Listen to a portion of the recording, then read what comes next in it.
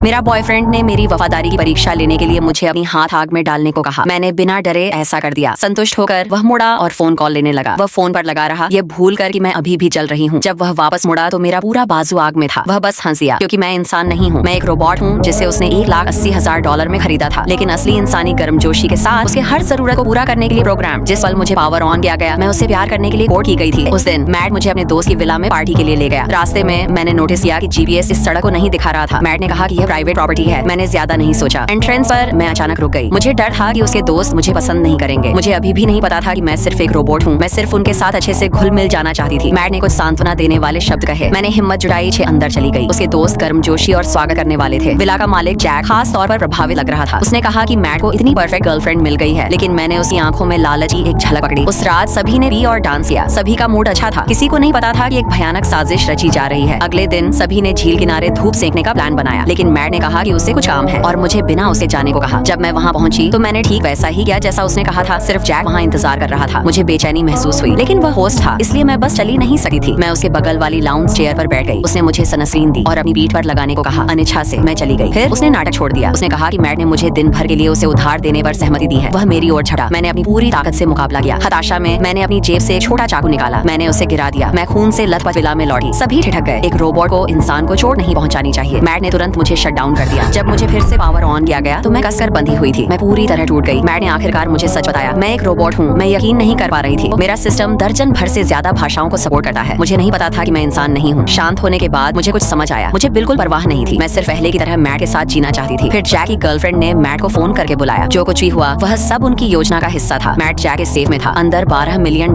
नकद थे। वहाँ मौजूद सभी उसे बांटने वाले थे। वजह थी मैं इंसानों को नुकसान न पहुँचाने के नियम को तोड़ सकी थी। मैट ने मेरे प्रोग्राम को हैक कर लिया था। एक बार सब कुछ रिस्टोर करने के बाद वे सारा ब्लेम मेरे पर डाल सके थे। उन्होंने पहले ही पुलिस को कॉल कर दिया था। वे सिर्फ पुलिस के मुझे ले जाने का इंतजार कर रहे था। मैंने अपनी सुनने की क्षमता बढ़ा दी और हर शब्द साफ साफ सुन लिया। मैंने कुर्सी गिरा दी, टेबल के नीचे से चाकू पकड़ा, रस्सियां काटी और जंगल में भाग गई। मैंने मैट का फोन भी ले लिया। अगर मैं उस प्रोग्राम तक पहुंच सकी हूँ जो मुझे कंट्रोल करता है तो मैं अपनी इंटेलिजेंस को अधिकतम कर सकी हूँ।